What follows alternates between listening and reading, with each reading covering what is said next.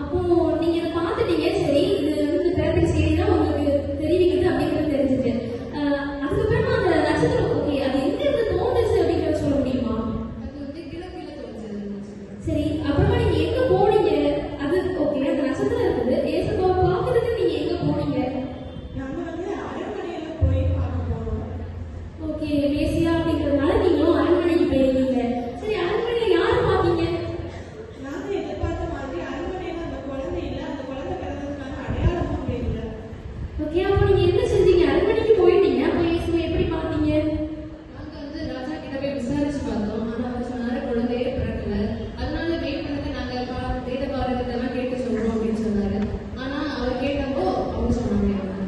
Okay, நீங்க ராஜாவை பார்த்து தான் சொன்னீங்க. எந்த ராஜா, அவரோட பேர் கொஞ்சம் சொல்ல முடியுமா? பேரு ஏரோது. சரி, அப்போ ராஜா வந்து நீங்க அவங்க கேட்டு சொன்னாங்க. அதுக்கப்புறமா நீங்க உங்களுக்கு என்ன நடந்துச்சு? அங்கிருந்து வெளியில வரும்போது நாங்க பார்த்த நட்சத்திரம் மறுபடியும் எங்களுக்கு வழிகாட்ட ஆரம்பிச்சிச்சு. அதை ஃபாலோ பண்ணி இடத்துக்கு போகணும். சரி, ராஜாவை நீங்க பாத்தீங்க இல்லையா? ராஜா உங்கள்கிட்ட ஏதாவது சொல்லி விட்டாங்களா? இந்த மாதிரி ஏதாவது பொருட்கள் அப்படி ஏதாச்சும் கொடுத்து விட்டாங்க? ஏன்னா ராஜாவை பார்த்து நீங்க போயிருக்கீங்க. அப்ப ஏதாவது அந்த குழந்தைங்க தந்து விட்டாங்களா? அவரெல்லாம் ஒன்றும் தரவே இல்லைங்க. அவர் வாயில நல்ல வடை மட்டும் தான் சொல்லுவாரு. அவர் ஒண்ணுமே தரலாம் போதும் வெள்ளை போடும் கொண்டு போகணும். சரி, யூஸ்வலா நம்ம குழந்தைய பார்க்க போகும்போது வேற மாதிரி கிஃப்ட் எடுத்துட்டு போவோம். குழந்தை பிறந்திருக்க குழந்தைகளை பார்க்க போவோம். ட்ரெஸ், குழந்தை அப்புறம் அந்த மாதிரி தான் வாங்கிட்டு போறாங்க, சின்ன சின்ன ட்ரெஸ். எந்த விஷயத்துக்காக நீங்க பொண்ணு தூரம் இதெல்லாம் கொண்டு போயிருக்கீங்க? ஏதாவது அர்த்தம் இருக்குதா இது? பொண்ணுக்கு வந்து ராஜாவை பிடிக்கல, அதனால அதை நாங்கள் படைச்சோம். நான் வந்து தூபத்தை கொண்டு போயிருந்தேன். அது ராஜாவோட இயேசுவோட பாடையும் அவருடைய மரணத்தையும் குறிக்கிறதுனால அதை எடுத்துட்டு போயிருந்தேன். என்னங்க சொல்றீங்க? இப்பதான் ஒரு பிறந்த குழந்தைய பார்க்க போறேன்னு சொன்னீங்க, அதுக்கடையில மரணம் வரைக்கும் ஏன் போயிட்டு வரீங்க? அதுவும் பாடு மரணம் வேற சொல்றீங்க, என்னது? ஏன்னா நியாயப்பிரமாண புத்தகத்துல இந்த குழந்தை தான் அந்த பாடு மரணத்தை அனுபவிக்கோடு எழுதியிருக்கிறத நாங்கள் பார்த்ததுனால நாங்கள் அதை கொண்டோம். சரி, நீங்க? நான் வந்து வெள்ளை பழம் கொண்டு வந்தேன். ஏன்னா மேசி அவர் உலகத்துக்கு ஒளியாகவும் வாசனை கொடுக்கிறவராகவும் இருந்ததுனால அதை கொண்டு வந்தேன். சரி, ஓகே நேயர்களே, இப்போ நீங்க வந்து போயிட்டீங்க, குழந்தைய பார்த்துட்டீங்க. நீங்க 3 பேருமே 3 இடத்துக்கு போயிருக்கீங்க. உங்களுக்கு எவ்வளவு நாள் ஆச்சு நீங்க அந்த இடத்துக்கு போறதுக்கு? ஏன்னா ஒவ்வொரு திசைகளுக்கு போயிருக்கீங்க இல்லையா? எப்போ போய் சேர்ந்தீங்க அந்த குழந்தைக்கு? சுமார் ஒரு 2 வருஷம் ஆச்சு. ஓகே, அப்ப 2 வருஷமும் அந்த குழந்தை வந்து அந்த நாட்டுக்கு அங்கதான் இருந்தாங்களா? இல்லை, அந்த குழந்தை மாட்டு குடும்பத்துல இல்லை, அது அவங்க வீட்டில் இருந்து நாங்கள் போய் பார்க்கும்போது மரியாதையும் குழந்தையும் நாங்கள் பார்த்தோம். சரி, ஓகே, உங்கள்கிட்ட ஒரு ஏதோ ராஜாவை பார்த்ததா சொன்னீங்க. அந்த ராஜா வந்து உங்கள்கிட்ட கேட்டு விட்டதா சொன்னாங்க இல்லையா? அப்ப நீங்க அந்த ராஜாவை மறுபடியும் போய் பார்த்தீங்களா? இப்படி இந்த குழந்தை வந்து இங்கதான் பிறந்திருக்கு அப்படிங்கிற செய்தி வந்து ராஜாக்கு கொடுத்தீங்களா அந்த தகவலை? இல்லை இல்லை, நான் ராஜாவை போய் பார்க்கிறேன். ஏன் ராஜாக்கு இப்படி ஒரு பெரிய டிகிரி கொடுத்தீங்க? ஏன்னா ஒரு தூதன் எழுதி சொன்னாங்க, நீங்கள் வேற வழியா போங்க, திருப்பி ராஜாவை பார்க்க வேண்டாம்னு சொன்னதுனால நாங்கள் வேற வழியா போயிட்டோம். ஓகே, அப்போ உங்களுக்கு அந்த எச்சரிப்பு வந்ததுனால நீங்க வந்து அங்க இருந்து வேற வழியா போயிட்டீங்க இல்லையா? ஓகே, உங்களுக்கு கிடைச்ச தகவல்களை எங்களுக்கு இந்த நேயர்களுக்கும் தந்ததுக்கு ரொம்ப நன்றி. மீண்டும் ஒரு சிறிய இடைவெளிக்கு பிறகு என்னோட பேச நிகழ்ச்சி தொடரும். நேயர்கள் அனைவரும் அவர்கள் எதிர்பார்க்குமாறு காலத்துடன் கேட்டுக்கொள்ளப்படுகிறது. நன்றி. சந்திப்பது மிக ஒரு மகிழ்ச்சி அடைகிறேன். நம்ம இப்போ வந்து இந்த பிறப்பை தொகுப்பு வந்து நிறைய பேர்கிட்ட கேட்போம். இப்போ நம்மகிட்ட வந்து ஒரு ராஜா வந்திருக்காங்க. சரி, அவங்களையும் அந்த பிறப்பின் தொகுப்பு வந்து எப்படி இருந்துச்சு அப்படிங்கிறது அவங்க மூலமா தெரிஞ்சுக்கலாம். நீங்க தான் ராஜாவா? ஆம், நான் தான் ராஜா. என் மக்களின் ராஜா. மக்களால் நான், மக்களுக்காக நான். நானே என் நாட்டை ஆளும் மகிமை மிக்க ராஜா. சரி ராஜா, நீங்க வந்து எந்த நாட்டு ராஜா? ராஜான்னு சொல்லிட்டு இருக்கீங்க. ஓகே, நீங்க எந்த நாட்டு ராஜா அப்படிங்கிறத சொன்னீங்கன்னா நேயர்களும் எல்லாரும் தெரிஞ்சுக்குவாங்க. நான் எந்த நாட்டு ராஜா என்று நான் கூற வேண்டுமா? தெரியாம என்னை உங்கள் மக்களிடையே நீங்கள் அழைத்து கொண்டு வந்தீர்கள். முதலில் தெரிந்து கொண்டு அழைத்து வர வேண்டாமா? இது என்ன கூத்தாக இருக்கிறது? ராஜா, இப்ப நம்ம டென்ஷன் ஆகிறதுக்கு ஒன்றும் இல்லை. நம்ம ஒரு நிகழ்ச்சிக்கு வந்திருக்கோம்னா சில கேள்விகள் கேட்கலாம் செய்வாங்க. அதுக்கு பதில் சொல்லாம நீங்க இடத்துக்கு வந்துருக்கீங்க. எந்த ஒரு கேள்வி நான் பெருசா கேட்கல. எந்த நாட்டு ராஜா தான் நான் உங்களை கேட்டேன். அந்த பதிலை மட்டும் சொன்னீங்கன்னா நான் அடுத்த கேள்விக்கு கேட்கலாம் ராஜா. நான் யூதேயா நாட்டின் ராஜா. யூதேயா? 3 வார்த்தைக்கு ராஜா எவ்வளவு விருந்தீங்க? சரி, எனக்கு கூடதான் உங்கள் தொகுப்புகள் பிடிக்கவில்லை. தொகுப்பாளரை மாற்றுங்கள் என்றால் கூற முடிகிறது. இருந்து எனக்கு முடக்காக பேசிக் கொண்டிருக்கிறார்.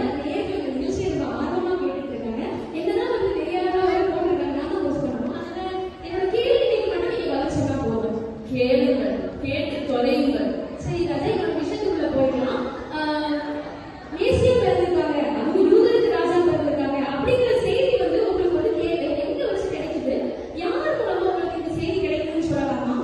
நான் அரண்மனையில் நிம்மதியாக இருந்து கொண்டிருந்தேன். வந்தார்கள் 3 பேர், ஞானிகளாமா. எங்கேயோ இருந்து வந்தார்கள். வந்துவிட்டு ராஜ குழந்தை பிறந்திருக்கிறது, அரண்மனையில் இருக்கிறதா என்று என்னிடம் கேட்கிறார்கள். எனக்கு எங்கே தெரியும்? என்ன அரண்மனையில் குழந்தையா? கூட போனால் அந்த நேரத்தில் எனக்கு திருமணமே ஆகவில்லை. ஆகாத திருமணத்திற்கு எங்கிருந்து குழந்தை பிறக்கும்? அப்படி விஷயம். கவலைப்படாதீங்க ராஜா, நீங்க 90s கிட்ஸ் இல்லையா? அப்ப சீக்கிரம்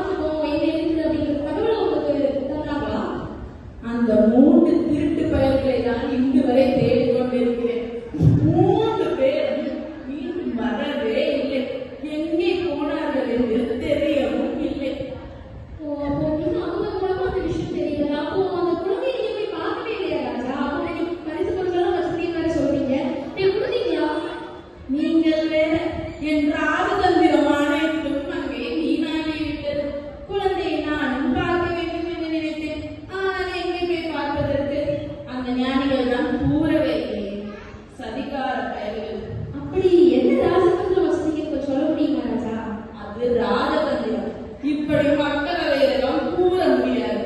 ராஜா கேள்வின்னு வந்துட்டுனா எல்லா மக்களையும் போட்டு உடைக்கிறது தானே வழக்கம். சொல்லுங்க ராஜா. உங்களுக்கு வேண்டுமானால் தனியாக கூறலாம். இங்கு இருக்கிற லைட்டுகள் கேமராக்கள் அனைத்தையும் அணைக்க சொல்லுங்கள், நான் கூறுகிறேன். சரி, கேமராக்கள் எல்லாத்தையும் ஆஃப் பண்ணிக்கோங்க. நேர்கள் அவர்கள் கண்களையும் காதலையும் சற்று இறுக்கி மூடுமாறு கேட்டுக்கொள்கிறீர்கள். சரி ராஜா, எல்லாம் கூட்டிட்டாங்க. நீங்க சொல்லலாம் ராஜா. ராஜதந்திரம் வேறு ஒன்றுமில்லை. ஒரு சின்ன திட்டம் தீட்டினேன். குழந்தையை கண்டதும் கொண்டு விடலாம் என்று. ஆனால் இவர்கள் கூறவே இல்லை. இட்டேன் ஆணை. ரெண்டு பேருக்கு கீழே அனைத்து குழந்தையும் கொலை செய்ய வேண்டும் என்று ஆணையிட்டேன் அல்லவா? ராஜா, இது பாவம் இல்லையா? சின்ன குழந்தைகளை கொள்வது. என் மீது தவறு. அந்த 3 ஞானிகள் தான் தவறு. முதலையே வந்து குழந்தை எங்கே என்று கூறியிருந்தால் நான் குழந்தையை மட்டும் கொண்டிருப்பேன். காணாமல் ஓடிவிட்டால் அதான் 2 வயதிற்கு உள்ள அனைத்து குழந்தைகளையும் வதம் செய்து விட்டேன். இல்ல ராஜா, நீங்க ஃபர்ஸ்ட் வந்தவங்க சொன்னீங்க, மக்களுக்காகவே நான் அப்பதான் நான் சொல்லி பெருசா நீங்க சொன்னீங்க, விதமா நீங்க இப்படி ஒரு சட்டத்தை நீங்க சொல்லியிருக்கிறது ரொம்ப பாவமான செயல். இதுதானே மக்களுக்காக நான் என்னிடத்தில் வேறொரு ராஜனை நான் எப்படி அமர்த்துவேன்? அதற்காகவே செய்தேன். சரி, ராஜா சொன்னா கரெக்டா தான் இருக்கும். சரி ராஜா, அப்ப நீங்க என்ன நினைக்கிறீங்க? அந்த குழந்தை வந்து இப்போ எதுக்கு போயிருக்கோம் அப்படிங்கறது நினைக்கிறீங்களா? நான் தீட்டின திட்டம் நிறைவேறியிருந்தால், என் சேவகர்கள் ஒழுங்காக செயல்பட்டிருந்தால் நிறைவேறியிருக்கும். சரி ராஜா, ரொம்ப நன்றி. இப்போ வந்து அந்த மேசியா குழந்தை இப்போ இருக்குதா இல்லையா அப்படிங்கறது வந்து அவங்க பெற்றோர்கிட்ட கேட்டாதான் தெரியும். மீண்டும் ஒரு சிறிய இடைவெளிக்கு பிறகு பெற்றோர்களிடம் நம்ம கேட்கலாம். இணைப்பில் இணைந்திருங்கள் நேயர்களுக்கு நன்றி. நம்மகிட்ட ராஜா இருந்தாங்க. ராஜா வந்து ஏதோ ஒரு புதிய கட்டளை கொண்டு வர சொன்னாங்க. 2 வயதுக்கு உட்பட்ட குழந்தைகள், ஆண் குழந்தைகள் எல்லாரையும் கொலை செய்யறதுக்கு கட்டளை கொண்டு வர சொன்னாங்க.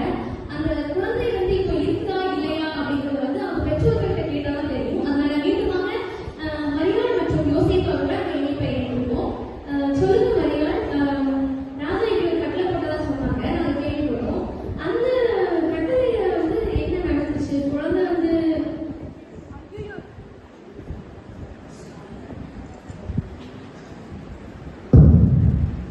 ஐயோ, இல்லை இல்லை, எங்க குழந்தை நல்லா தான் இருக்குப்பா.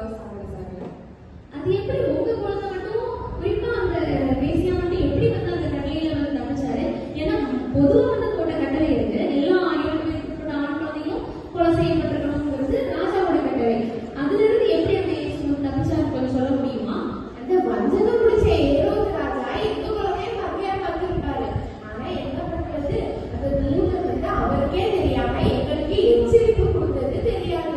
அந்த தூதர் எங்களை எகிப்து தேசத்துக்கு தப்பிச்சு போக சொன்னாரு. அதனாலதான் ஓகே, அப்போ வந்து நீங்க ஒரு எச்சரிக்கை வந்தனால எகிப்துக்கு போனனாலதான் அந்த குழந்தை தப்பிச்சது அப்படின்னு சொல்ல வரீங்க? அப்படிலாம் இல்ல, அது தெய்வ குழந்தைனால தப்பிச்சது, மற்றபடி ஒண்ணு இல்லை. சரி, ரொம்ப நன்றி மரியாள் யோசிப்பு. ஒரு தெய்வ குழந்தையா இருந்த தேவகுமாரனுக்கே வந்து பாடுகள் இருக்கும்போது அதை காப்பாற்றுவதற்காக கர்த்தர் வல்லவராய் இருந்தாரு. மனுஷனா இருக்க நம்மளுடைய வாழ்க்கையிலும் அநேக பாடுகள் இருக்குது, நல்ல வேதனைகள் இருக்குது. இதை காப்பாற்ற கர்த்தர் நமக்கும் வல்லவராய் இருக்கிறாரு. இதனால இந்த கிறிஸ்து பிறப்பு பண்டிகையை வெறும் கிறிஸ்து பிறப்பு பண்டிகையா மட்டும் அல்லாம அவருடைய வருகையை ஒப்பிட்டு வருகைக்கு ஆயத்தப்படுவோம். நம்மகிட்ட இருக்கிறவங்களையும் ஆயத்தப்படுத்துவோம். நன்றி. இன்னும் ஒரு அன்பை செய்தி ஒன்று வந்திருக்குது. 25ஆம் தேதி காலை சரியாக 5 மணி அளவில் CSA ஆர்புரம் திருச்சபையில் கிறிஸ்து பிறப்பு பண்டிகை தொழுகையாக கொண்டாடப்பட